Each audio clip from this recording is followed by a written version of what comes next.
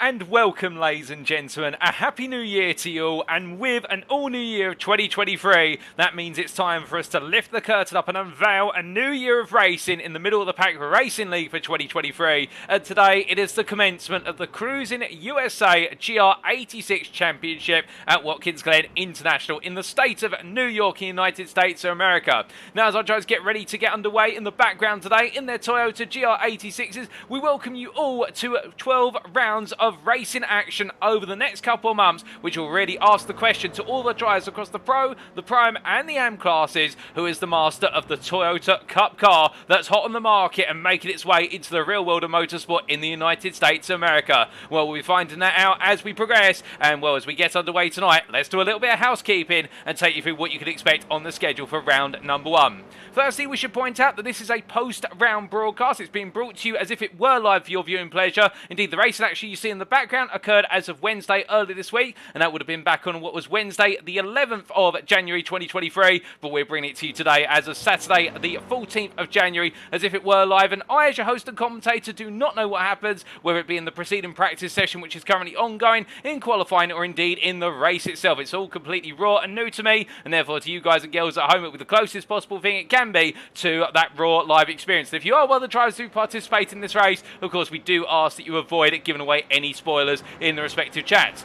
Now, as you tune in, you can tune in via two media platforms for your viewing pleasure. Firstly, you can tune in via the YouTube channel. If you go to youtube.com and search for TX141TX, alternatively Paul Walsh, you can tune in there. Alternatively, you can always go to twitch.tv/TX141 and tune in via Twitch. Both streams will be synced up completely. And well, who is TX141? Who is Paul Walsh? Well, that is I, your host and commentator, back from 2022. It's my pleasure to introduce myself, ladies and gentlemen. My name is Paul Walsh, also known as TX141 or Brit of the Spit, depending on what media you follow me on, and I will bring you all of your racing action for all 12 rounds of this absolutely fascinating series.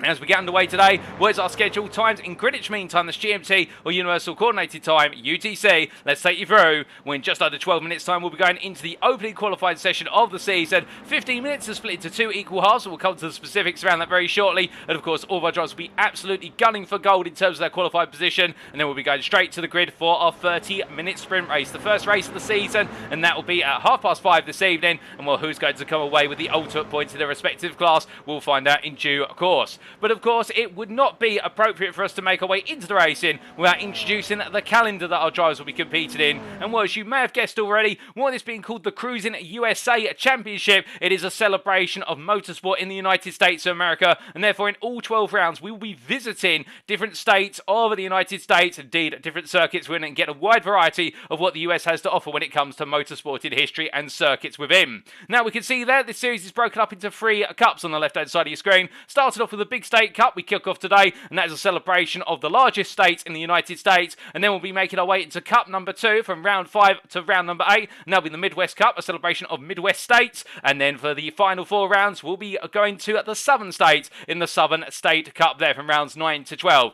But focusing on rounds 1 through to 4, we can see that as we make our way through, the Big State Cup will consist of an initial visit to the state of New York for Watkins Glen International, and that'll be a sprint race. Then we'll make our way from the state of New York to the state of California for a double header of round number 2 at Laguna Seca Raceway, and then making our way across to Long Beach for round number 3. That'll be our street circuit there, the first of 2 street circuits, and then we'll be heading to the state of Texas, the Circuit of the Americas, or COTA, to wrap up the first cup of the season, and with it introduce our first feature race with a slightly different format, and that'll be on the 1st of February. Of course, all these races are occurring on a weekly basis on Wednesdays, and then we'll have a mid-season break. That'll be the first of 2 mid-season breaks, and therefore there'll be no race on the 8th of February before we return for the second cup, the Midwest Cup, that will get underway on the 15th of February.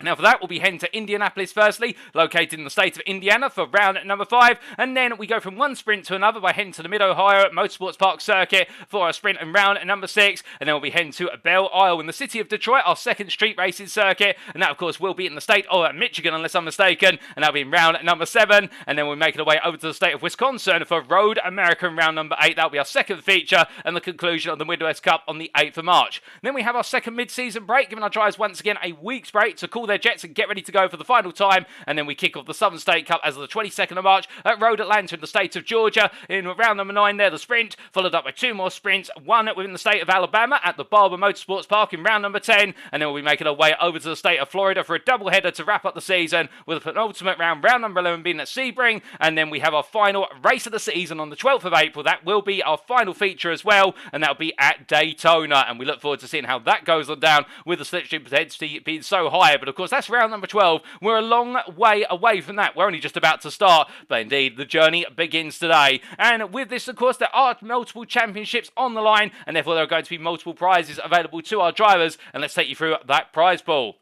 As we can see here, there are plenty of prizes to be won. Firstly, starting from the very top there will be 20 United States dollars available to each driver who wins the Drivers' Championship within their respective class. And of course, as we said earlier, there are 3 driver classes. There's the Pros, which are our top tier class, then there's the mid-tier of the Pro-Ams, and then there's the bottom tier in terms of our AMs, but by no least means are they any more competitive than our Pros and our Pro-Ams. The AMs just having not quite as much pace in the car, but you can imagine they'll all be gunning for gold. So $20 US up for grabs for each of the drivers there who take the Drivers' Championship crown overall come the end of all 12 rounds. And we also there, for anybody who finishes first, second or third in the overall Drivers' Championship within each of the respective classes, there will be an invite to what should be there the 2023 Race of Champions event, not the 2022 event. That's already completed. Of course, it occurred just before Christmas, and that was an absolute thriller to the eyes. And indeed, as our drivers get ready to go here, they'll all be looking forward to the Race of Champions at the very end of the year, as we do see the update there to 2023. But of course, they've got a long way to go, and they want to reserve their slot as soon as possible. But it's not just about the overall Drivers' Championship. We also will have the Cup prizes as well, with $5 US available to the winner of each class within the Cup, starting with the Big State Cup, and that will be the leader of the championship standings based on rounds 1 through to 4. And then there'll be $5 US available for the winner of the Midwest Cup within each of the classes, and that will be for rounds 4 through to 8. And then there will of course be $5 US available for the winner of what will be the Southern State Cup, and that is the leader of the championship standings over rounds 9 through to 12. And a correction there, of course, in the Midwest Cup, it should be rounds 5 to 8 rather than 4 to 8. We do not double count that individual round, but still 3 cups there, still 3 small prizes. But of course, every prize is going to be important to our drivers, and they'll be looking to do everything they can in order to secure those prizes as we progress through the season. On top of that as well, we do have a driver raffle that always comes back, and that'll be a $40 US prize for a single driver who has completed at least 10 rounds. Admins of the series are not eligible. We will have admins competing in this series, but they race on an equal footing, much like every other driver. They do not get preferential treatment, but they will not be eligible for the raffle draw prize, and that'll be drawn at the end of the season with all drivers who have completed at least 10 rounds in that raffled pool, and whoever has their name drawn out the hat will pick up $40 US. So there's a huge variety of prizes on grabs here, all monetary prizes, but also that invite to the 2023 Race of Champions event, and everybody will be going for it from the outset. But I say everybody, there's only one question you've got to ask. Who is everybody? Who are our drivers? Well, let's introduce them all, starting off with our pros. So we can see here, we have 12 drivers in the pro class as currently registered out of a total of 50 entrants into this series.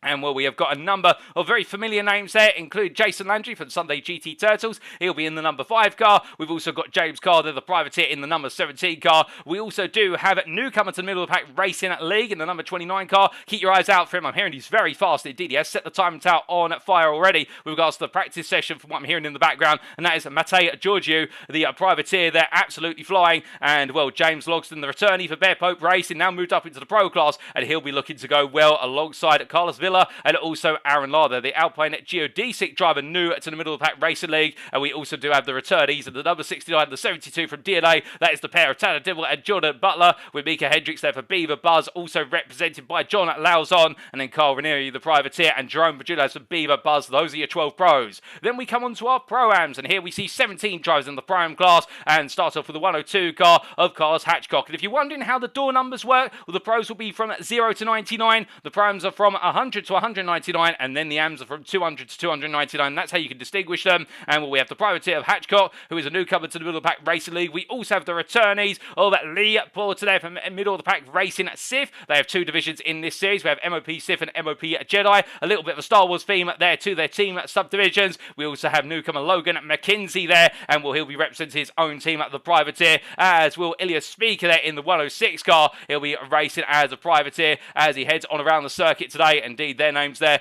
being duplicated for their teams, but they are being represented as privateers. We also do have Jermaine Warren, who'll be returning, of course, from middle of the pack racing at Sif, and we look forward to seeing how he gets on. After a bit of bad luck in 2022, seemed to just hold him back when he needed the fortune most, but the bad luck seems to come his way, left, right and centre, and it was never quite his day. And we also see that Donald Sipek, the Bear Pope Racing newcomer, but of course Bear Pope Racing, not a newcomer to middle of the pack racing. We saw them in the GT3 Championship. We'll also see that Zach Saunders and Craig Parks, two privateers, and Adrian Fedorowski, the QZ Motorsports driver. We also do have the returnee of DNA's John Wilding in the 126, with Jonathan Ballard, the Rockefeller Racing driver, supporting the outfit, which really made the names in the GT3 Championship last year. We also have the return of Samuel Crabb for Bear Pope Racing, Alberto Alvarez there for Pan Am Racing, and also Rockefeller Racing's Milan Harris, Cristo Tarango, the privateer, Kurt Klein from Bear Pope Zero, the second team of Bear Pope, and then we'll also see middle of the pack racing at Jedi's representative in the 199 of Edwin Offrey.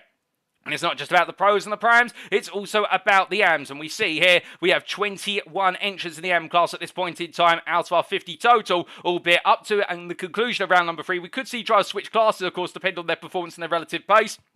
They've been assigned to classes provisionally as of the season opener. We have Gus Blondell there, the privateer, in the 204. We have Rockefeller Racing's Jack Davis in the 208, new to the series. We look forward to seeing how he gets on in the familiar outfit with Middle of the Pack Racing Sif's PG Christensen. We then have the group of privateers of Samuel Bernardi, Dan Whitchuk, and then Tyler Montanez, Enes Usul, also Spencer Cockayne, Jess Wilmoth, and Dan Okaranza. And then the 2T3 driver there, Fernando Takahashi for Middle of the Pack Jedi. And we also do have Mark Senegal there for Sunday GT Turtles and teammate Roger Ganesh. We have Nick Bader in the privateer machine, the 233. Bear Pope Zero's Ian Henneberry. Also Daniel Sedino there, the privateer in the 240. Albert Brand, the 241 MOP Jedi car. Also Elias Montanez there. And I wonder if related to the other Montanez driver, Tyler Montanez. We'll have to find out a little bit later on, of course. And then we also do have Billman DaCosta for Bear Pope Zero, Rodney Felker for Pan Am Racing, and Glen Bratton, the privateer, in the 289. Well, those are all of our drivers. Good luck to them, of course. And look forward to seeing how they all get on in the respective classes. And then we come on to our circuit for today. Well, of course, it is the Watkins Glen International Circuit. This circuit more affectionately referred to as the Glen, and really considered to be the birthplace of post-war racing in the United States of America. And by post-war, we talk after the Second World War, concluding in 1945. But in the Watkins Glen Circuit, well, of course, located near the village of Dix, near the town of Watkins Glen. This circuit in the state of New York needs no introduction in terms of its venerable tarmac surface, having hosted over what is its 66-year history a whole multitude of road racing series. Indeed, if it's a road racing series car, it's probably raced around here, and if it hasn't raced around here, then it's probably not worth talking about, because this circuit has seen Formula 1 come to its shores from 1961 to 1980, and as a regular host of NASCAR to today. And we'll try to take it to the Classic Cup circuit. They won't be running through the bus stop chicane or the boot. Instead, it'll be 7 corners. It'll be relatively straightforward, and in a way, you could say that this is Toyota meets NASCAR, as our drivers take it their way down towards turn number 1, the first straightaway. They'll head into the 90 right break inside, of course, turn 1 known as 90 right, because it is a right angle corner. It's a right-hander at that, and as they make their way out of turn number 1, it's all about who gets to the throttle as soon as possible as they serpentine their way through the S's of 2, 3 and 4, and then on the run all the way out to the curved turn 5 right-hander. Making their way through turn 5, it's going to be off camber, and our drivers will need to balance the throttle, and as they make their way down the back straight towards turn number 6, they'll come into a left to right sequence of turn 6 and 7, where they can run wide potentially at turn 6, but it's going to be a hard wall looking at them on the outside of turn number 7, and they'll need to avoid making contact with it if they wish to stay clear of potential damage. But as we come on to our race rules for today, let's give you a quick recap of the rules. Of course, we can't go racing without rules. In terms of setup, this is a fixed setup series, and the setup will be provided by Middle of the Pack Racing League, and car fuel load to be restricted to 35 litres, and that will apply throughout the entirety of this series. Qualifying is open qualifying. All of our drivers will take to the circuit, albeit in a 15-minute session and split into 2 equal halves. Firstly, the AM class shall take to the circuit for the first half, so they will see our AMs out of the circuit, 20 plus of them in the first, what is 7.5 minutes, and then they'll be called into the pits. The primes and the pros shall jointly take to the circuit for the second half. The sprint race that we're going to see today starts via a grid start, and that will occur for the first 4 rounds of this series, and if grid starts are seen to be not safe enough, then we'll convert to a rolling start procedure for round 5 onwards, but I get the feeling that our drivers will be mature enough to deal with a grid start. They're all professionals, and in terms of fast repairs and whatnot, our drivers will have 1 fast repair available to them, and the drivers shall receive a drive-through penalty if they accumulate 18 or more instant points over the course of the race, although we don't want to see any drive-through penalties, and should there be a major incident at the race start, a safety car may be deployed, but otherwise the safety car shall not be deployed during the race as to not break up the flow. It's only if we have multiple drivers, let's say 5 or more drivers, involved in a huge smash in the run to turn number 1, then we'll potentially look at the safety car, because of course we do not want to see huge calamities right at the start of the race. We want everyone to be able to enjoy the racing as much as possible. But as we do get ready to go then, ladies and gentlemen, well, we do very shortly take a breather because we're going to head straight into qualifying. We will be back within the next 30 seconds.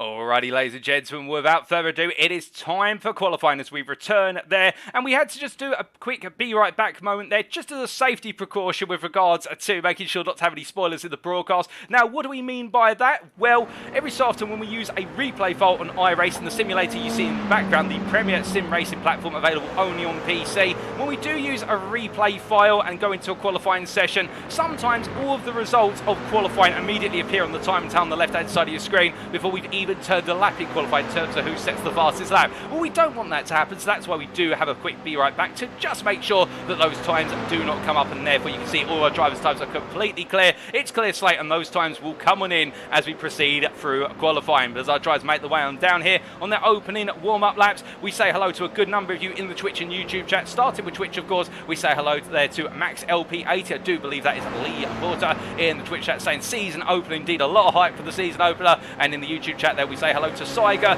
who has got a shocked now face there. I think that means absolutely shocked and absolutely excited. And also we say hello there to Milan Harris in the YouTube chat, who says let's go, indeed, let's go and enjoy the racing. Well, as we see here, DaCosta making their way through turn 6 into 7, and right now getting ready to go on to their first flying lap. Look to get that tyre temperature into the car. I can tell you that with regards to these Toyotas, really fun cars to drive on the iRacing simulator. And a little bit of background on the car. The idea behind this car really is it is a tuned and converted road edition of the Toyota GT86 that you'll normally see on the roads. Indeed, a very popular car, arriving in the midpoint of the 2010s and really gaining fame as time has worn on. And indeed, seen as a car which many people could pick up, where it doesn't have a lot of engine power, with the horsepower of the road car being in the region of just shy of about 190 to 200 horsepower. But in return, this car with its thin wheels and indeed quite a tight wheelbase is a car that could be chucked around corners. So it makes a good little track car. Now imagine that car, but you take all of the nice features of a road car out of it and you decide to tune it, and you get Toyota Racing's tuning division, so Toyota Gazoo Racing North America, to turn it into a cup racing car at the cost of $1 million US to be able to race in the car. Well, that's exactly what you have, because coming in 2023 is the official first rendition of the Toyota GR86 USA Cup Series, and of course the entry fee, as I understand it, I may be incorrect on this, is $1 million US, but that pays for your full entry. It pays for you to be able to rent the car for the entire season. And this car, with its 220 horsepower approximately and its 6-speed sequential transmission, is a car which is really geared towards AMs and professionals and everybody in between being able to enjoy the racing and take on the circuit. Now, how that translates into the simulator itself, well, I can tell you from racing in the official iRacing GR86 Cup Series that this is the car that you can really have a lot of fun with, for the simple reason it doesn't feel like it's got much power. And as we jump on board with Spencer Cockang, you'll see why it doesn't have much power, but in return it is a car which definitely drifts into each and every corner, and it's all about balancing the throttle and your brake inputs as Cockang takes us onto a flying lap of the Watkins Glen Cup circuit.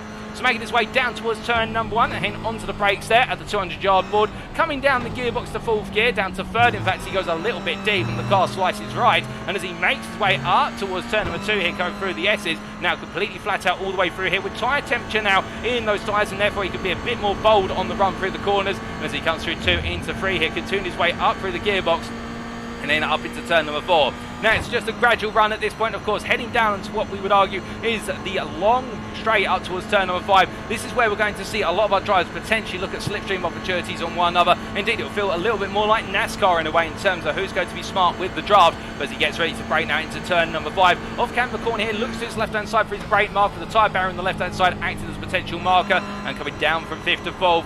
Bringing the car together here and letting the car drift on out as he clears the corner apex to use the full width of the road, and now making his way all the way up towards turn number 6. Continuing his way back up through the gearbox at this point, up into 5th gear, revving it out as much as possible. Looks his right for his brake marker, and he'll be looking to go onto the brakes there, about 150 yards from the corner entry, and that is on fourth gear he drops down to. And as he brings the car over to the left for turn number 7, braking at about 75 metres from corner apex down to third, and then powering out to complete lap. It's a smooth lap from Spencer Cochrane, currently P at 9 overamps, and will he be able to improve even further as he comes to the timeline this time around? He does not improve, stays in at P9 with 24.242, but meanwhile the fastest man out there getting a draft off of Cochrane is Henneberry there as he makes his way through turn number 1, and the Bear Pope Racing driver right now going a little bit wide, but still bringing it back together nicely there and keeping it cool as he heads on up the hill towards turn number 5. Once again, it's going to be a long run, but as he heads on through here, he's got time. He's just got to keep his cool and get himself set as he rolls on through. But as he makes his way on through, we've got time for all of our drivers so far, bar 2 drivers, including Ines Usul, as we see here, the driver making his way down towards turn number 5, yet to get a lap on the board. Not happy with the laps he's been able to deliver so far. And also we do have Samuel Bernardi, who's coming to the timeline. Is he going to keep putting a lap on the board? He does indeed. He goes P8 there, does the 212 driver with 23.082, a smooth lap. And to be fair, when it's smooth, it's a good sign. Of course, smooth laps give you good prize in terms of that lap time as he makes his way up towards turn number 4. But as he comes on through, we do look to the long pack that's made its way on around, and we also look here to Roger Ganesh. You can see there on the circuit map in the top right corner of your screen just how many drivers are trying to use the tow off of one another in the AM pack right now. We've effectively got 75% of the AM class running within the space of approximately 1 mile as they make their way on around. But as they continue around, Henneberry comes into the pits, and that will be his qualifying session done and dusted. Now do keep in mind, of course, when our drivers are called into the pits, if they are currently on a lap, they are permitted to finish it. It's effectively overtime, which is allotted to our drivers, so therefore they will be aware of the fact that now they are coming onto their final flying laps that they'll need to deliver on. Oh, goodness me! And in the rear of the picture, that is a big whack to the wall. Somebody's coming into the pits for it. I'm not quite sure who that was, but that was an AM getting it very, very wrong on the run out of the final corner. And, well, you do not want to be hitting that exit roll, and I think that was Rodney Felker with a huge knock to the wall. And, well, there is Felker. Yes, it was Felker who had that big hit in the background. And meanwhile, well, now here comes the interesting part, of course. When you're in qualifying, you don't want to trip over another driver, because, of course, you lead to that complicated situation of what do you do in this scenario when you're trying to go round another driver. But fortunately here, Cochrane has found his way past his peer as they make the way on down and head out of turn number 5 and up towards 6. But in terms of drivers, we're looking to improve right at the top of the AM group. Well, Henneberry, of course, in the pits. And meanwhile, we do have Fernando Takahashi here making his way out the final corner. And, well, he's going to have 10 seconds to go into his final flying lap. He'll just about squeeze another lap in as Ocaranza just goes past our stationary cameraman and picks up with a 23.345. That puts him P13. But Takahashi, they're not improving that time around, and he's going to leave it all to his final tour of the course. But meanwhile, of course, now our primes and our pros are being given the call to start making the way out of the circuit. And we see Jack Davis coming out the final corner here and heading down towards turn number 1. But to the line he goes, and this will be his final lap as he crosses the line. He's P13 currently. He does not improve, however, and Davis immediately pulls over to the right there. And it's not been a strong qualified session for him. But to be fair, qualifying, I think, is only going to be literally 1% of what you could achieve here at the end of the day, given the fact that this circuit track position is going to be key in terms of where you are in that initial order, the pecking order of your class. But as the racing goes on, given the potency of the tow, I think our drivers will be a little bit unconscious of the fact qualifying is not going to dictate where they end up finishing in the race. It may just help them in the starting position, but we see there Bernardi backing off and deciding to come on in, and now it is for what is our pros and our primes to head on around. Now, some of you may be asking at this point, well, we had all our AMs out on circuit, so it's a little bit obvious perhaps that they're denoted by the orange coloration in the timing tower. But what about our primes and our pros? How do we distinguish them coloration wise? Well, on the timing tower, indeed, when you see their names in the bottom left hand corner when we go racing, you'll note that the primes are distinguished by light green, meanwhile the pros are distinguished by blue, and therefore you can keep an eye on who is exactly racing who within classes. But of course our drivers are encouraged to race one another overall as well. Every so often there is no requirement for the amateurs to get out the way of the primes. They find themselves ahead of a prime, but of course they're not battling against them in their respective championship standings. But there's always that little pride factor, of course, and if you're a prime who can take the scalp of a pro in a given race and you've got the opportunity to do so, you may just feel as though it's the right thing to do. But as they make the way on around, we hear the Usul right now making his way through turn number 5, so he'll be coming into the pits very shortly. But all of our pros and primes now going on to their first flying laps of the day, and what will they be able to find out there? That will be the big change, as we see Donald Seepeck here as he makes his way through turn number 4, and of course everybody running that long line here, line astern, all trying to get the toe. But meanwhile, the one driver who's right at the back of this group right now is Jason Landry. He's a long way off, in fact, just running with one driver behind him. And meanwhile, at the very tip of the spear on the group that's making its way into turns 5 and through to 6 very shortly, we've got James Logston there who makes his way in behind his teammate, but now coming on out. We've got a couple of cars ahead, and was they make the way on down. I think that is John Lauzon at the very front, and there is John Lauzon, and you can see that right now John Lauzon has the unenviable task of really being the ferryman of the rest of the GR86 group as they come on through turn 6 into 7 and make the way into a lap, which will be their first lap on the board very shortly as they make the way on around. Oh, Lauzon hits the wall, and much like we saw earlier from Rodney Felker, you can see the damage on the front of the car already, and Lauzon was going so very well, but it's all gone wrong. But meanwhile, those lap times now are starting to come on in. It's the first laps on the board for our Pro and Pro-Ams, and will James Logston 21.783, and do keep in mind, of course, they're only just getting those tyres up to full temperature at the moment. It does take a whole lap to get that tyre temperature in, and then an extra lap, of course, just to get it in the sweet spot. But Logston now gunning it up the hill, and he does have his teammate behind him, to be fair. And then the 40 Canoe car here looking comfortable as he comes on through. But meanwhile, looking a little bit further down the order, we do have some drivers who have not got a time on the board yet, including Carl Ranieri, but he moves up to P10 as he crosses the line, tucked in behind Jason Landry, and using the toe there to gain half a temp. But as the Pepto-Bismol machine makes its way through turn number 1, well, Landry right now, I think the two of them know there's a bit more time out there. They are half a second right now over the fastest man out there, James Logston. But again, qualifying is going to be important in terms of where you start from, but I don't think, given the length of the sprint race of 30 minutes, we're not expecting any pit stops, of course, in the sprint race, and that's what the 35 litres of fuel will enable our drivers to enable them to get to the end of the race unscathed fuel capacity, albeit in the feature races, rounds 4, 8 and 12, there will be a pit stop, but more on that when we get to each of those respective rounds. But right now, drivers are trying to get the fuel out of the car, and the lighter the car can be, the better. But meanwhile, as we look from these two up to Mika Hendricks here, well, Hendricks coming on through when it's turn 6 into 7, rolling on through right now, the head of a small group of cars coming out there nice and wide on the run out, and we're going to ride on board with Hendricks. He heads on to another lap and give you the thoughts from the perspective of a pro driver. So heading down towards turn number 1. Let's look for those differences. He heads into the brake. He's had a break in there a little bit later than the AMs, braking about 150 yards as he comes on out of turn number 1, third gear, hooks it up really smoothly as he comes into the S's, powering up through the gearbox now, and will make his way through the right and left here of the S's 2 and 3, getting a distant toe there as well off of the white 86 in front as they make the way through turn number 4, and now he's going to really pick up the toe. And if you're wondering about that slipstream zone in terms of where these cars feel the toe, they can feel a distant draft all the way out to about 1.9 seconds or so, almost 2 seconds effectively, but they really do pick up that toe within a second. And here, well, Hendricks in a bit of a pickle with the number 47 car as they make the way into turn number 5. Oh, goodness me! And there's contact there between Hendricks and, I believe, unless I'm mistaken, that is Adam Ballard. The two of them come together in the 129 car, and well, I think there's a little bit of misinterpretation of who was where in that procedure of cars there, but it's gone very wrong for Hendricks. That's interrupted our onboard lap, but it was looking to be quite a smooth one, but in the end it was not to be. But meanwhile, Bajulai's here now making his way into turn 6 and 7 with 2 minutes to go, plus the final lap on overtime. And as they come through in this qualifying session, it is Milan Harris, the driver from Rockefeller Racing, who is currently the fastest of everybody by 2 tenths ahead of James Logston. Right now, the prime driver is in the prime seat. Now, we do have to point out, with this being a replay file, we do not have the ability to discern which laps have been invalidated due to track limits, so we may see our standings on the grid change slightly after this qualifying session. But right now, Harris is looking in fine form, albeit I think some drivers would like to respond here with the time remaining as he comes roaring on through turn number 4 and on towards 5 he goes.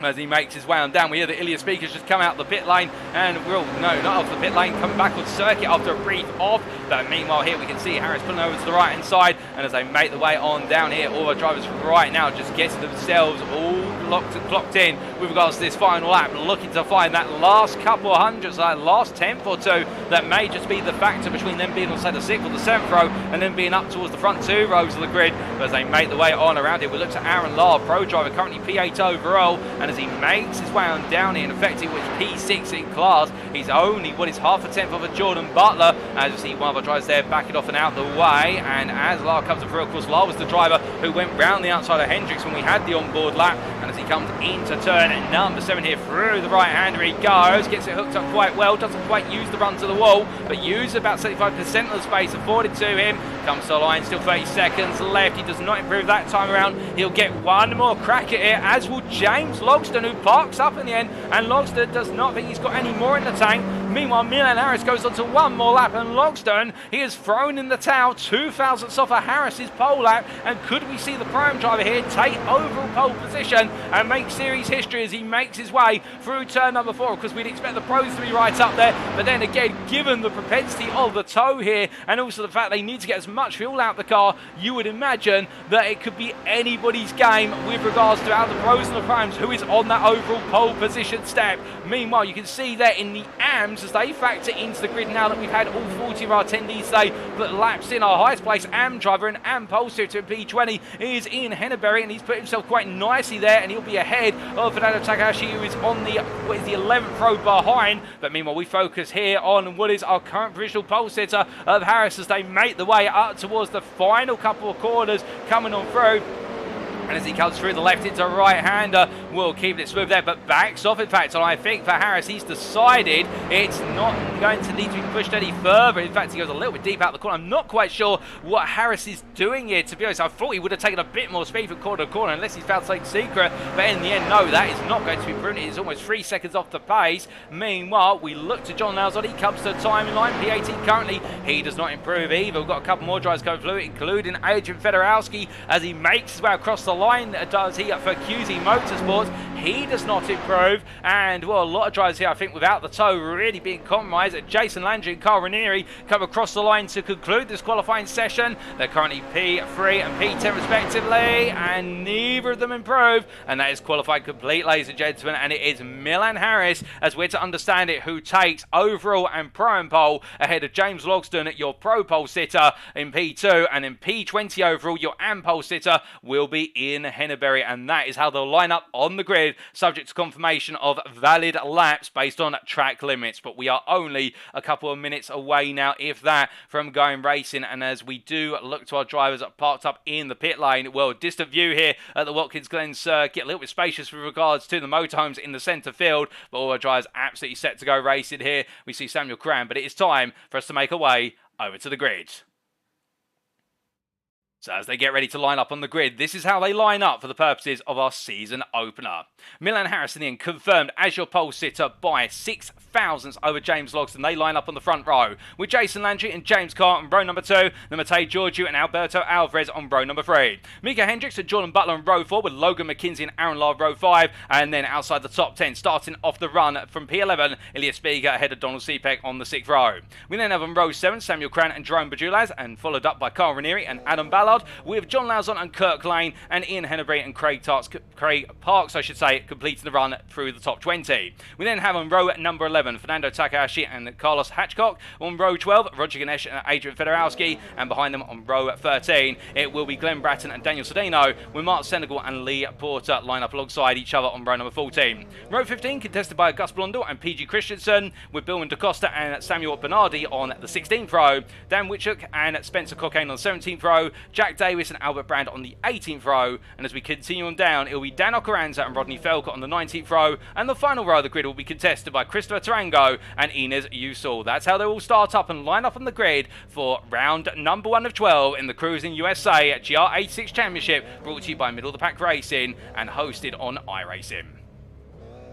As our drivers get ready to go here, of course, we have just over 30 seconds. The sirens have blared with regards to getting ready, and well, it's now for the lights.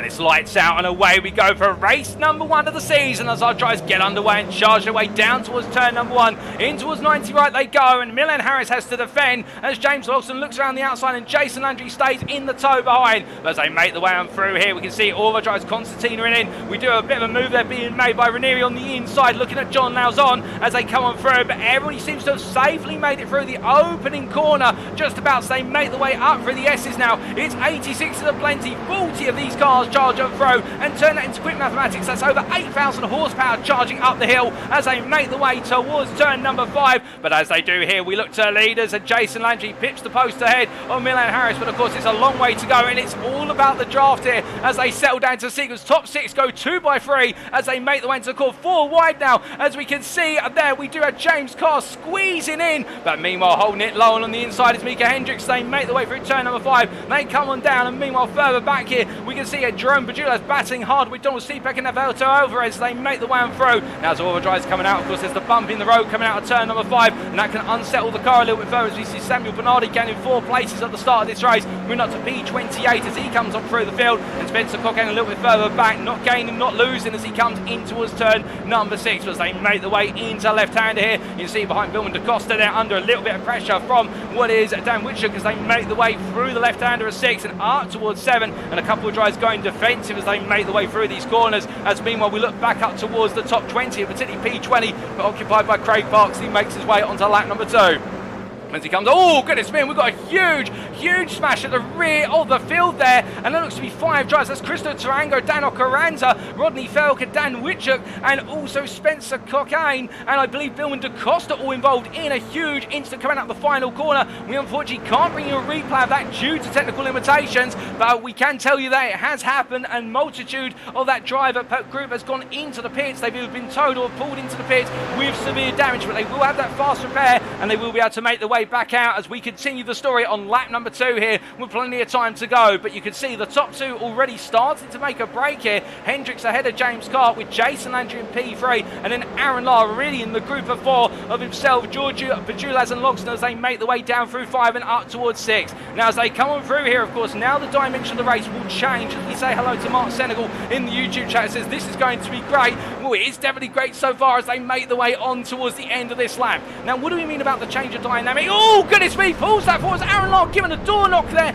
by a fellow driver, and I believe that may have been contact with Giorgio or Logston. Not 100% sure which driver it was in particular there, but just the bump between the two coming through turn number 6, and of course these cars being so light and not having too much downforce, when you lose grip on the tyres you lose the car, and Aaron Lara to the wall at turn 6. As we continue on here and a bit further back we can see Ilian Speaker and CPEC battling for position, but meanwhile Fernando Takahashi on the inside here of what is Ian Henneberry. Henneberry goes a little bit wide versus the Brazilian as they make the way through turns 2 and 3 now, and it all settles down as meanwhile Svedorowski and Kranic's going to be 3 wide here with also Daniel Sedino in the mix as they head up, and Svedorowski in the middle. Karan backs out and pulls off as meanwhile you can see there Sedino also trying to push the tempo as they make the way up towards turn number 5, and also Mark Senegal squeezes into the mix, and we ride on board with the Canadian from Sunday GT Turtles.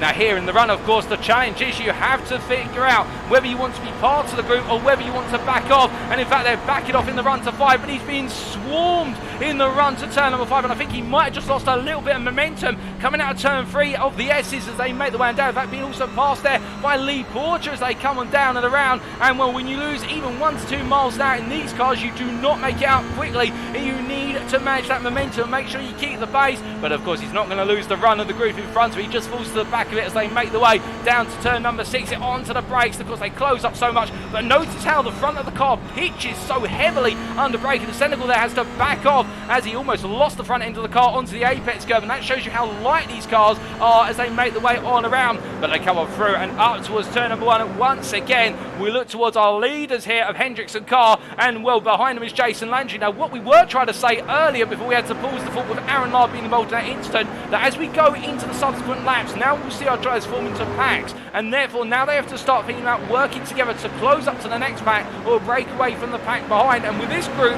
from P4 through to P12 of Adam Ballard at the back of it and Matej Giorgio at the very front of it, right now they're all looking at potentially chasing down the top three, but I think they're also trying to discern who wants to be the leader of the group. As you can see, Ranieri, they're giving Giorgio a push along. Meanwhile, Logsdon trying to go around and be the head of the pack as they make their way down towards turn number 5. And on the inside there, I believe we do have Alvarez who's trying to make the move. Oh, and there's contact, and it's included John Lauzon, and also what is that? I believe Kirk Lane has also been caught up, and Lane in the middle of the road. Everyone past the seas there for the Black Boat Zero driver. Oh no! And it looks as though they're one driver not finding the space to go around. Unfortunate, as we see Lane just waiting and holding the brakes and has to be towed to the pits in the end. But it's unfortunate a number of other drivers got caught up in the mix as well, and that's a disaster for the view. But I don't think that's going to warrant a safety car, given we are 5 minutes into the 30. But as our drivers make the way on around and down, we can see here that now as they come into the right-hander, Mark Senegal looking for the move on the inside of Samuel Curran, and Curran there giving way as they come out of 7 and on to the next lap and charge it down towards turn number 1.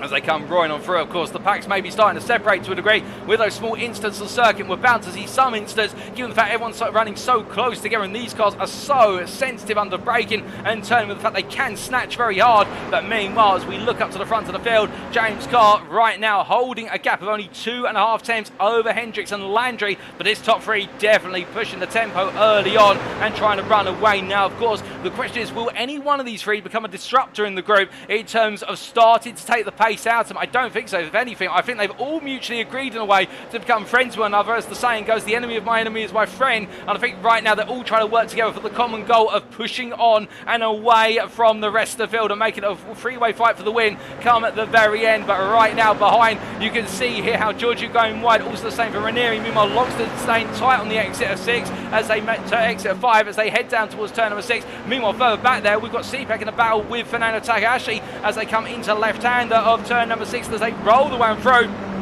Getting the move done there, CPEC to hold the position, but right now the Peppo Racing driver definitely in a tooth and nail scrapping, trying to get inside the top 10 with Logan McKenzie just in front of him as they come on through to complete this lap and head on down towards 1 once more. But coming on down here, we see it in the YouTube chat, Mark Senegal saying with regards to that moment where he was a little bit slow compared to his peers, that he forgot to shift to 5th in the run down the straight to turn number 5, and that may explain a lot more than meets the eye. As meanwhile drivers coming through, we have got a couple of drivers involved in that incident. Turn number 5, and there is one driver pointing the wrong way in Henneberry. There was a spin coming out of turn number 1, and I wonder whether it was a brief tap or whether he just dropped the car off the curb and the car said no. Well, either way, that's gone horribly wrong as he tries to get it turned on or around. He does so, but that is definitely going to wound his chances here, given he was our pole sitter in the AM class, and that puts him a long way down. As meanwhile, we look back up to the top 3 as they creep their way up towards one of the cars in front. There's a lap down to Kirk Lane, and Lane then P33, of course, will have the blue flags waving, and I think he will try and tag himself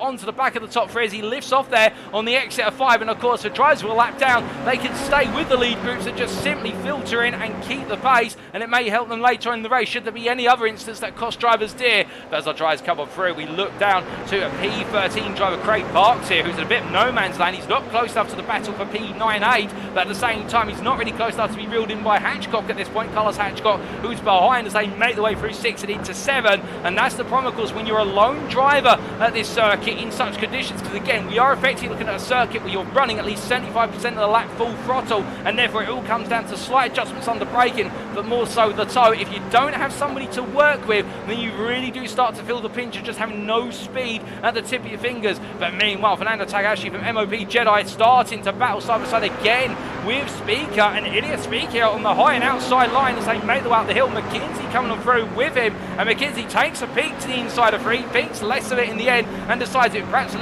be a little bit erroneous to do so. And as they make the way through 4, you can also see how now CPEC is trying to get a little bit closer and give McKinsey the tap along as they make the way on down the straight. Now coming on down the straightaway and up towards turn number 5. Well, they've just got to wait here. It's 2 by 2. They're pushing one another along here. It's take your partners and give them a push as they make the way up towards turn number 5. But you can see the group behind. The long runner drives back to P18, who are all quite evenly spaced out. They're trying to get close. This is Takahashi and a bit of contact there with McKinsey, as McKinsey giving the push wide, and as they make the way down through 5 and into 6. Both of them survive the knock. But you can imagine here McKinsey won't be too pleased with that, as now that's opened up an opportunity with Gus Blondell there going slowly behind McKinsey, letting the leaders through. Of course, Blondell a lap down after that instant early on the final corner, but as they make the way through turn 6 and up towards 7, well, McKenzie now just trying to get himself back up to speed, cool it down, and get ready to go once again, but definitely a little bit rattled by that, but at the same time, he's still got plenty of ground to go with only 10 minutes of this race complete by the time he's completed turn number 1, and what for him will be a lap number 8. But as they head onto the 8th turn of the circuit under race conditions, you can see how a bit further back the field has spaced out considerably. John Lau's on here without a bonnet,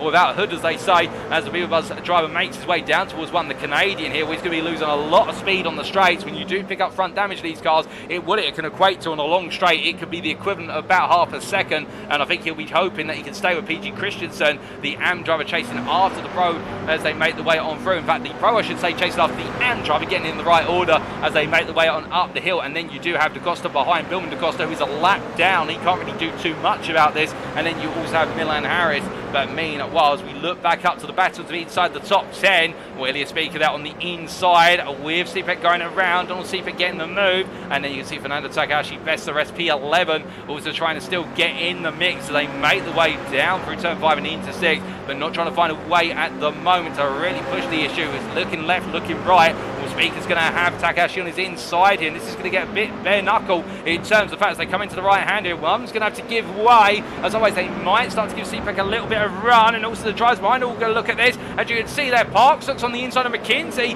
as they come up through turn number 7. Now Parks bunched in a little bit there, but I think coming into the pits, that may be Speaker. In fact, not coming into the pits, they're just coming offline, and Speaker, I think, playing the smart move here, which is, I think he's trying to say to the drivers through Morse code, look, if you want the place, take it. I'll just run at the back of the group, and then we won't lose as much time. But look at Hatchcock here as he comes on the inside of what is P13, and go for Parks. He comes on through and making his way on down towards turn number 2 at the moment as he heads on up the hill, continuing to fly on high is Havecock as he comes up the hill, and now looks to go hunting after what is McKenzie, but still plenty of time to go here, plenty of ground to gain as he makes his way now in the long run towards turn number 5. Meanwhile, looking to James Carr, and Carr here, the privateer, still leading, albeit the top 3 of Carr, Landry and Hendricks still together, just swapping up places in this formation, and none of the 3 really battling too hard right now. I think all just gently obliging one another, and to be fair, that's what they want to do. They just want to say to one another, no, after you can lead this lap, after you can lead that lap. But then when we get to the final 5 minutes, that's when the gloves will come off, and we'll see our drivers really start to put those moves down, and they'll start to defend a lot harder. But where can you defend here at Watkins Glen? That is the big question, because if you defend into one corner, that's the run to the next corner that you'll be heavily compromised on. Well, I think really the defence will come down to the final 2 corners, and you want to be the leader of the group when you get to those final 2 corners, because that's where you have the slightly more tapered apexes, and it's harder to make a pass, and you don't have a run to the next corner that you can use to get back ahead. So as we see here, the battle for P4 is led by Carl Ranieri with Matej Georgiou just behind. And then we have James Logs and Alberto Alvarez also in the sweep here. Well, the privateer in the FedEx machine right now, he'll be looking to deliver a parcel of a P4 at the very end of this race if he can. But right now, stuck behind the Pepto Bismol machine as they make the way onto the straightaway once more. But as they come on through, we look from them back to Roger Ganesh in P26, the Sunday GT Turtles driver, as he follows on through behind Ian Henneberry. And Henneberry trying to recover this race after the spin at turn 1. A few laps ago, and Ganesh, the Sunday GT Turtles driver, staying behind the Bear Pope driver as they make the way on up their hill, and they've got a bit of a gap there to Spencer Cockayne, who's a lap down. Rodney Felk is 2.5 seconds off the next driver in terms of overall position in the sequence, and right now I think Ganesh just trying to stay with his Ampere and looking to get a little bit closer as time wears on. But as they make the way up towards turn at number 5 here, and the head towards the halfway point of this race, 1.5 minutes until we get to the halfway juncture. Indeed, we have got a little bit of the quiet before the storm, but still, when the storm does erupt onto the scene, you can imagine we'll have a flood of battles up and down the field. And Craig Parks there on the inside of Auguste Blondel. Blondel staying on the outside, not trying to cost Parks too much time. But I think the privateer here also trying to get it clear to the drivers behind him. Look, he is running on the pace of everybody. Just let him go when he goes onto the straights, and Blondel there backing off and letting everybody go. But Parks here wasting no time in chasing after Havecock, who we have been incorrectly saying his name as Hatchcock for a good amount of time, and I do apologise for that. But as they make their way down to turn number 1 here, Craig Parks here trying to chase after Havecock right now, and meanwhile McKenzie there squaring up with Carlos Havecock as they make the way through 2 and up towards 4. But you can see here now a little bit on the outside there and making the way through 3. Well, for McKenzie, it's going to be a case of backing off off and waiting the next opportunity. Sepek also falls back there, and now Takahashi being passed by Havecock as they make the way up towards turn number 5. As they come onwards and downwards towards the long right-hander. Now everybody's in good position once more, and McKenzie, they're just staying on the inside, and a Toyota that does look a little bit wounded. Meanwhile, Havecock, they're taking a little bit of a look on the inside, but can't quite find it. On the outside, but he can't quite find it. Meanwhile, Sepek, they're backing off on the inside, and Takahashi splits the seas and goes between the two of them as they head on down on the round. And we should point out at this point that Fernando Takahashi right now is your AM leader, and we'll give you an update very shortly on where all of our class leaders are. But Takahashi, a significant way ahead of Mark Senegal originally, but Senegal has called up to this, now in P12 overall. He is in this group, and Mark Senegal, to give you an idea, he's just falling back behind Sepek, and he is in the Sunday GT Turtles green machine as he comes on through at turn number 7, runs close to the wall there, and the Canadian is well within arm's reach of potentially bringing home the win here in the AM class. He'll definitely be on the podium at this rate of knots, and Daniel Cedeno, meanwhile, also at the back of this group, and well, it's a bit hard to discern where Cedeno is in all of it, but trust me when I say he is there in with the privateer Hassel's machine as he makes his way through turn number 1. But as he comes on through, he's got Gus Blondell, his privateer teammate. Of course, both of them running for Hassel's, albeit not as a fully registered team in this series, and we'll give you an update on those team standings going into round number 2. But right now, Cedeno continue to stay in the hunt, and well, as they make the one through, we've completed the first half of the race, we've got the second half to go. Let's give you an update on where our leaders in the top 3 of each class are.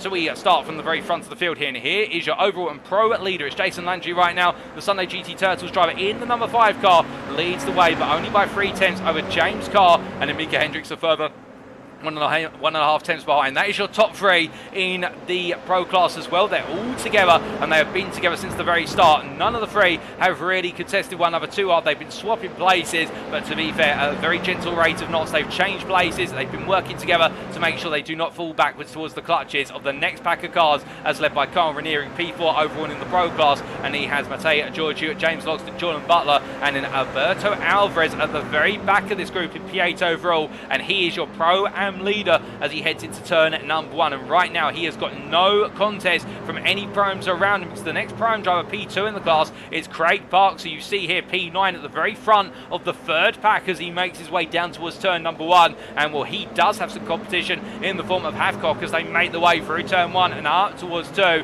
And as they come charging on through here right now, well, the number 41 driver is listed there, but I believe his door number will be updated for round number 2, so it should be in the hundreds. But as he comes roaring on through right now, Havecock definitely trying to get a move on here to stay close to Parks, running P3 in the primes. Then just ahead of him, of course, in P10 at the moment, but looking to try and make his way ahead of Parks and run down towards 5. Albeit I think he's going to be swarmed, in fact, there by Havecock as they make the way down towards the right-hander. It's Fernando Takahashi from MOP Jedi, and he is your AM leader at the moment. And there is Mark Senegal looking to make the move on the inside. He goes for the move. The door's open, and Takahashi gives him the space, and the Canadian goes for it for Sunday GT Turtles. He wants to taste the lead in a lap here in the AM class, and who can blame him? But you can't blame him for this as it all comes together, and the 3 drives into the wall, and that's a disaster for what is there. Senegal also believe what was, correct me if I'm wrong here, but a number of drivers getting it wrong, and that was Fernando Takahashi caught up as well. And also we did have the car there, I think, of what was,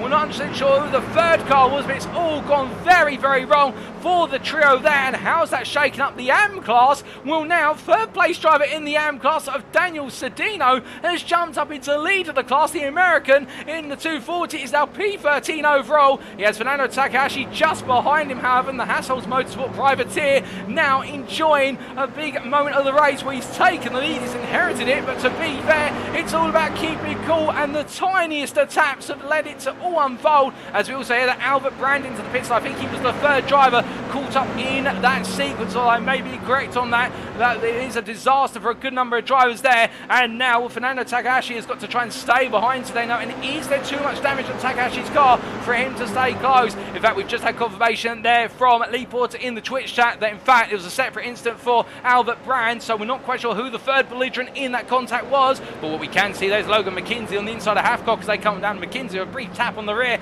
of Speaker as they make the way through 5 and up towards 6 they go. And as they do, we can see here now everybody's starting to get a little bit more feisty.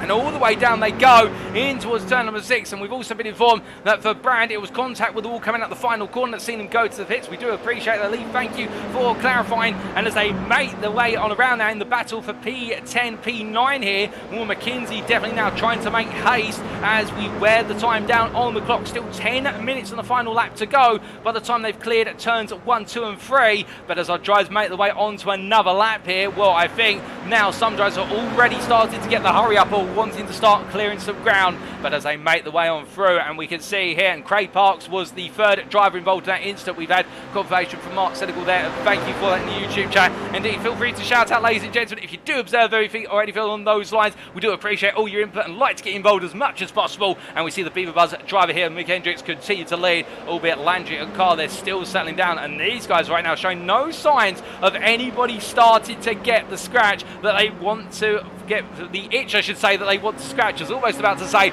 the scratch that they want to itch, but that's not the way it goes with the body. And right now, meanwhile, in the battle for P4, it is the same as we see here right now. Giorgio leads the group ahead of Ranieri. They've changed places over the last lap, but still they're all staying in line formation for now. But I wonder when somebody's going to start to want to get the move on in this group, because we saw early on when they all wanted to try and contest for P4 and go hunting after the top 3. In the end, they started to get in the way of one another, and that's what's led to this gap of 4 seconds between P4 and P3. But as they make the way on down towards turn number 1, you can see once again Ranieri on the inside, and meanwhile Giorgio just keeping on the outside there, let Ranieri take the position. A little bit of a lift off there for Giorgio. It'll let Ranieri take the racing line as they come on through a bit further back. We can see 2 by 2 by 2, hurrah, hurrah, they go. And as they make the way towards turn number 1, Will Speaker now getting in the fight with Donald Seaprack as they make the way to 1. Coming onto the brakes here, McKenzie still ahead, onto the egg as they go. Speaker with a little bit of a squirm there as they come through the right-hander, as they exit right now. Speaker very close to the car, becoming upset and unsettled, but still holding on. As Daniel Sedino, meanwhile, tries to tuck on in behind, and as they make the way out through the S's, I think Sedino wants to get one car between himself and Takahashi, because despite the knock earlier on, Takahashi is not seeing any of the speed being blunted out of the car, and instead Takahashi seems to be on a revival right now as they make the way up towards turn 5, and Takahashi's going to go up the inside here. It's going to be a drag race as Sedino in clear air versus Takahashi in a triple draft, and while Takahashi is missing some straight line speed, you can see how gradually he's getting ahead, but still Sedino, I think, will know. He will observe that and realise that at the end of the race, if he can make it a drag race between the two of them, he should be guaranteed to win that drag race if it's a side-by-side run. But he does have Blondell coming up through on his inside there, fellow privateer, and as they make the way up towards turn number 6, time continues to tick down. As meanwhile, a little bit further back here, battling to be on the AM podium, it is between Jack Davies and PG Christensen in the run to P19 overall. This is Jack Davies of Rockefeller Racing ahead of PG Christensen behind him, immediately behind there, and the MOP Sif driver looking to try and steal away that position right at the end, albeit as they make the way for the left-hander. He does have Billman DaCosta between himself and Davis, albeit DaCosta there, of course, a lap down will have the blue flags waving, and at some point you would imagine as we get close towards the end, I think Christensen might give him a flash of lights to say, look, I've let you stay in the formation given the fact you're running our pace, but now you've got to let me through. As they make the way down towards one more time and continue on. We do look from them to a bit further back to the battle for P22, and right now, whilst he's not battling to win the AM class, he is battling to be inside the top 5 of it, and that's Roger Ganesh, who is behind Jerome Pajulas, who goes up the inside of Ian Henneberry, and of course Henneberry with that mistake at turn number 1 earlier on, that insert turn on 1, we should say. The 237 Bear Pope 0 driver here, the last driver inside the top 5 of the AM class right now, and looking to continue to push the pace. And as they make the way up the hill, we say hello there to a Tactical Fajita, loving that username, saying, no, that's racing, it was so much fun, no complaints here. And well, that's great to hear, enjoying the racing. And I believe that may be in reference to Craig Parks being involved in that incident earlier on that we saw at turn number 5. But as the drivers make the way on down here, you can definitely see now the tempo is turning in terms of there's a lot more argy-bargy with regards to drivers going too wide into the corners here. And I think everyone's trying to set themselves up for those last moves. We are 6.5 minutes on the checkered flag, so we are now starting to enter the zone where some drivers might be starting to look to make the break. As James Carter a little bit wide coming out of 1, has to relinquish the lead of the race back to Jason Landry as we look to the pros up front. But again, do you want to lead going on to lap? That's another question. I wonder if James Carr here is perhaps trying to see where exactly he wants to be leading this race. And again, as we said earlier, we really reckon you want to be leading just before before you get into the apex of turn 6 on that final lap, because that is where the road narrows enough that it's harder to make the overtake unless you've really got the guts to go down the inside. Alternatively, you carry a lot of speed around the outside and somehow keep it together in the braking zone for turn number 7. But meanwhile, as our drivers continue on here and we continue to try and calculate exactly when we are going to see those final moves come on in, we look back here to the battle to be inside the top 10. And of course, Fernando Tagashi and Daniel Sedino in this week's battling for the lead of the AM class. But we look to the prime here, Logan McKenzie, the privateer, as he makes his way into 5, still behind Milan Harris. Milan Harris now a little bit ahead of this group, and Ilya Speaker is starting to drop his Rockefeller Racing teammate Harris as they come out of 5 and up towards 6. But as they come in the run with the 169 driver here, I think he'll be hoping he continues to get a distant tow, and in return he can offer a distant tow to McKinsey, and that's how they stay. But of course the challenge here is you need to be pinpoint precise with every lap in this sequence, because even one tiny mistake where you miss an apex by just a couple of meters in terms of your braking point, and that will cost you a tenth or two in return, that can be enough to force you backwards into the pack that's hunting you from behind, and that's not where you want to be. When you're this distance, it's just about right. But look at the ground that Harris is gaining on Speaker in the run to turn 1, and again, because he's well within a second, that is where the tow really picks up on these cars, and that draft becomes compounded as they make the way through the S's. And Speaker, they're given the space though, so Speaker make it a real difficult moment in the run out of 1, go through 90 right and into the S's here, but in return Harris takes that position and carries the pair forward. And of course it would be a Rockefeller Racing 2-3 in terms of on that prime podium with Alberto Alvarez. Well, he's on the back of course that second pack in the battle for P4, and right now the Pan Am Racing driver is just focusing on one thing, and that is bringing the car on home. As we say hello to Charisma in the YouTube chat, who's saying this was such a good race indeed, enjoying it, and well, we've still got a little bit more to go, it's not quite over yet. As meanwhile Daniel Sedino right now squaring up against Takahashi as they make the way through 5, and this is the battle for the AM lead. They are now starting to take the gloves off, and with that McKinsey is being given a whole second almost to break away ahead, and I think the prime driver will be grateful for that, because now he can focus on hunting down the 2 Rockefeller machines. They make the way into turn number 6 once again, but coming on through just behind John Lauzon in the next pack in the battle for P17 with Jack Davies, the pro driver here trying to find a way to out-drag the AM driver. But of course with the amount of damage on the front of his 86, you can imagine he's just got no straight line speed unless he gets it all in the draft, and he's got to do all the hard work in the corners to get ahead, only there to find he's got no straight line punch in order to keep the place. You can see there he's literally all over the back of Davies like a bad rash, but in return as soon as he goes on the straights he's just losing that time as he heads down towards turn number 1, and Billman DaCosta there taking a peek, and I think thinking about unlapping himself as they make the way into the right-hander. As they come on down, we look a little bit further back to Ian Henneberry, who right now chases after Jerome Bajulaz, where he's broken clear of Roger Ganesh, as Bajulaz there almost getting rear-ended by Henneberry, who carries a lot more speed than I think he anticipated into turn number 1, but he gets it through in the end, and they emerge without damage, and Roger Ganesh behind is trying to hold off Hathcock as they make the way up towards turn number 4. But as they come on through, we also do have much further back here Lee Porter, who is trying to battle with Billman DaCosta, and let's keep in mind of course these guys may be a lap down, but they're still enjoying a battle of their own, and it's great to see as they make the way down towards turn number 5, and the middle of the pack Sif driver here can't quite find the move this time around as they make the way through, and they are behind the battle for P17 as well. So we've got a battle on the lead lap followed up by a battle a lap behind, and right now they're all trying to stay clear of one another, but John Lauzon side by side here with Jack Davies, and the pro finally finding a way to get alongside, but has he got enough here to go outside to inside through 6 and 7 with 2 minutes to go? It's going to have to be bold here from Lauzon, but he's going to commit all the way,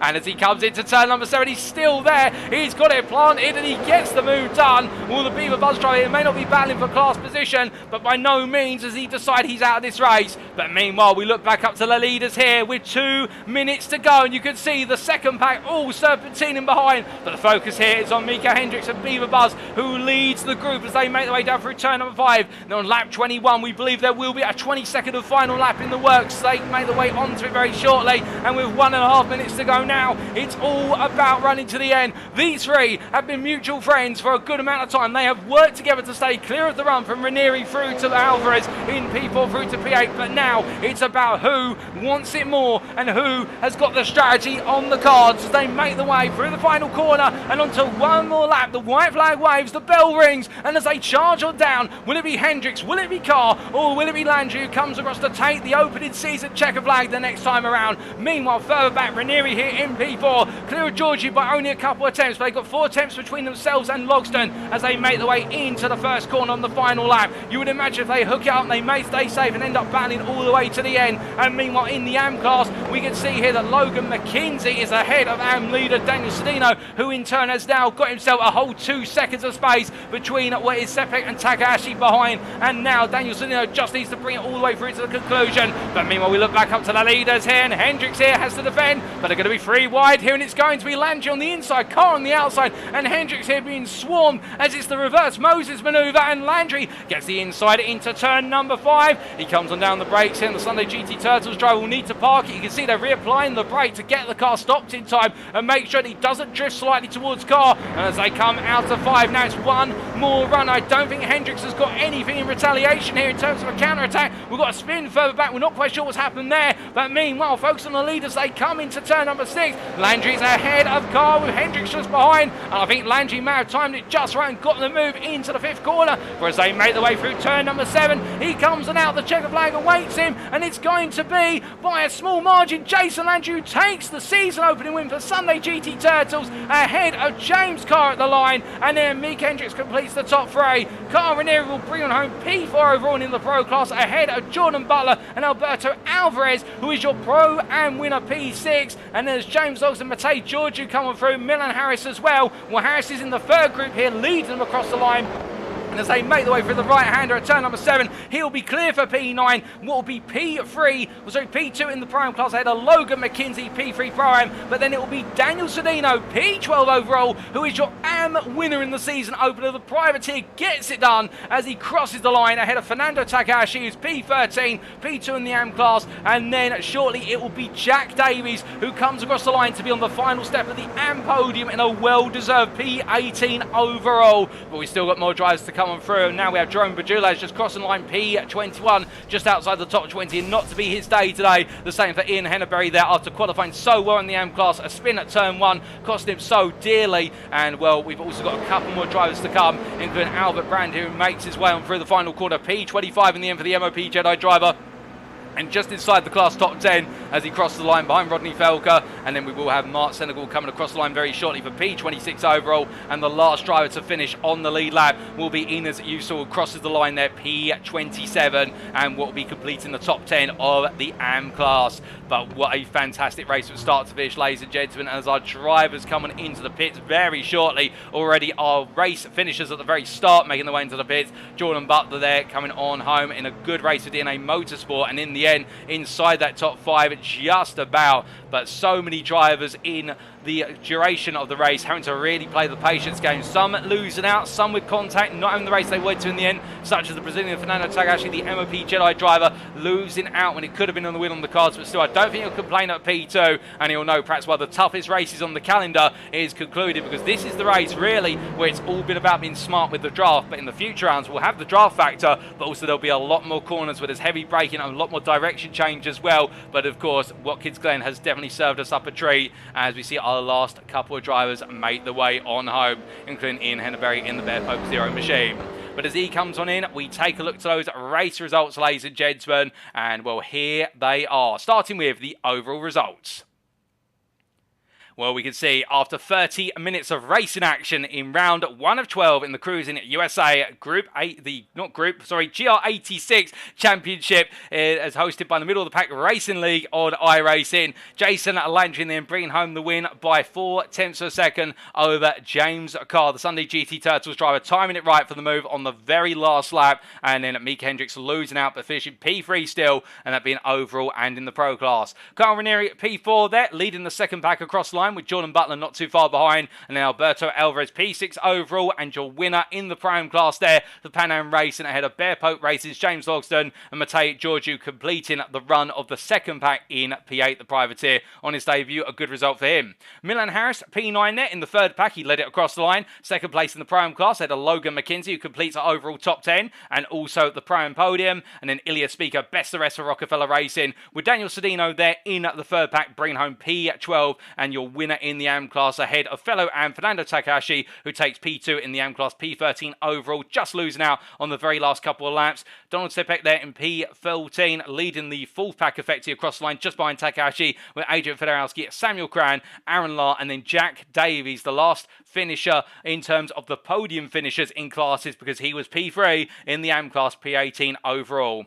But as we continue on down there, we also see John Lauzon and PG Christensen completing the run through to the top 20. And then P21, Jerome Bajulas ahead of Ian Henneberry, Roger Ganesh, Ronnie Felker and Albert Brand in the run to 25th. And then Mark Senegal and Inez Yusul completing all of the drivers who completed the race on the lead lap. Then drivers were a bit of misfortune, but still they stayed in it all the way through to the end and finished a lap down. We can see starting off with P28, Kirk Lane ahead of Carlos Hathcock. And then Craig Parks completing the top 30 with Gus Blondell and Lee Porter, along with Billman DaCosta, battling with Dan Whitchuk to the line and holding off Whitchuk all the way to the finish, but not quite able to get the upper hand on Lee Porter. And then Spencer Cockayne, P35, ahead of Dan Ocranza, Samuel Bernardi, and Glenn Bratton. And then two more drivers there of Christopher Tanago, who finished 2 laps down, and Adam Ballard, who finished 4 laps down come the finish. But that's how they all finished overall. And now let's come on to the individual class finishing positions. So we can see here, individual class-wise, we start off with the Pro class, and this is where all the points will be rewarded to our drivers. It is Jason Andrew took the win in the end, ahead of James Carr and Mika Hendricks, and then it was effectively what was a 4.1 second gap to Carl Ranieri in P4 and Jordan Butler completing the Pro top 5. James Ogston P6, so you can see how close our top 6 in the Pro class were together in the 2 respective packs. We must say Georgie falling a little bit back right towards the end, but still, he'll definitely take a lot of inspiration for today, P7. And Aaron Lahr, P8, ahead of John Lauzon and Jerome Bajulas, with the triplet right at the back there, enjoying their own little race right towards the end. Then we come on to the Pro-Am class, and we can see confirmation of your Pro-Am winner there of Alberto Alvarez by 22.5 seconds over Milan Harris. But of course, don't read too much into that gap in itself. Of course, Alvarez being able to stay in that second pack with all the pros, and therefore just able to stay with that group, and spent most of the race, to be fair, just being very smart and staying at the back of it and in the draft, and therefore able to just yield that advantage over Milan Harris and Logan McKinsey. Harris just pipping at McKinsey to the post. Rockefeller Races, Ilya Speaker P4, not quite able to make it a double Rockefeller Racing podium, ahead of that Bear Pope Racing's Donald Sipek. And then outside the Prime top 5, Adrian Federowski there, only a 10th of a Sipek to the line, with Samuel Cran P7, and then finishing a lap down, Kirk Lane, Carlos Hathcock, also Craig Parks completing the Prime top 10, Lee Porter Besseres P11, and then Christopher Trango a lap down on the drivers running from P8 through to P11, 2 laps down overall, and Christopher Trango ahead of Adam Ballard, who finished 4 laps down in the finish. And then we come onto the AM class, and we can see here in the last but not least class, Daniel Sodino there taking the win by 4.5 seconds. The privateer over in the middle of the pack races Jedi team driver Fernando Takahashi and Jack Davies on the AM podium on the 3rd step. PG Christensen a further 2.5 seconds behind, ahead of Ian Henneberry. The gap between them in the end over almost 7 seconds, over 6 definitely. And Henneberry there, of course, with that mistake cost him very dear. He won't make that mistake again in round number 2. We're certain of that. And Roger Ganesh P6 for Sunday GT Turtles, ahead of Rodney Felker, Albert Brand, Mark Senegal and Inez Yusul. They all finished, of course, on the lead lap, and then finishing a lap down, Gus Blondell, Billman DaCosta, Dan Vitchuk, Spencer Cockayne, Dan Ocranza, Samuel Bernardi, and Glenn Bratton to complete your AM standings. But those are the finishing positions for all of our drivers, ladies and gentlemen, and we will give you an update on the championship standings at the start of the round 2 broadcast in a week's time. But with that, that means it is time for us to wrap up. Thank you very much for watching, and if you did enjoy the show today and you want to know more about the Middle of the Pack Racing League community, perhaps you're sat there right now thinking, I love racing on iRacing and I one day want to get on the grid with the Middle of the Pack Racing Leagues. It looks fantastic racing. Well, do not be shy in terms of going to our official Discord. Invite link available on screen there. We can talk to the organisers and all the drivers and get to hear all the latest news and information, and also all the gossip that's heading down in the paddock. I do lurk there as well to try and find out all the little tidbits of information from round to round. And also we do have the Middle of the Pack Racing League Twitter there, twitter.com/MOP Racing, where you can find out all the latest news bulletins in terms of the performances of the MOP Racing team and upcoming series as well. And speaking of things that are upcoming, of course, next time we'll be making our way from the state of New York to the state of California, in particular to Monterey County for the WeatherTech Raceway Laguna Seca. Round number 2 will, of course, be occurring on what will be Wednesday, the 18th of January, but we'll be bringing you all the racing action as if it were live in the second sprint race round of the season on Saturday, the 21st of January 2023. It's going to be a very different circuit. It's going to be a circuit where overtaking will be a challenge. It'll be about carrying speed from corner to corner and braving the all-dangerous and all-demanding corkscrew chicane. And who in our classes will come out on top after 30 minutes of racing action there, we'll find out in the Californian sun in a week's time. But until then, we've been Middle of the Pack Racing League. I've been your host and commentator, Paul TX141 Walsh, also known as Brit and a Spit, depending on what media you follow me on. And until next time, remember to stay safe, stay well, stay smiling, have a great rest of your weekend, and most importantly, remember to stay on track. Good night.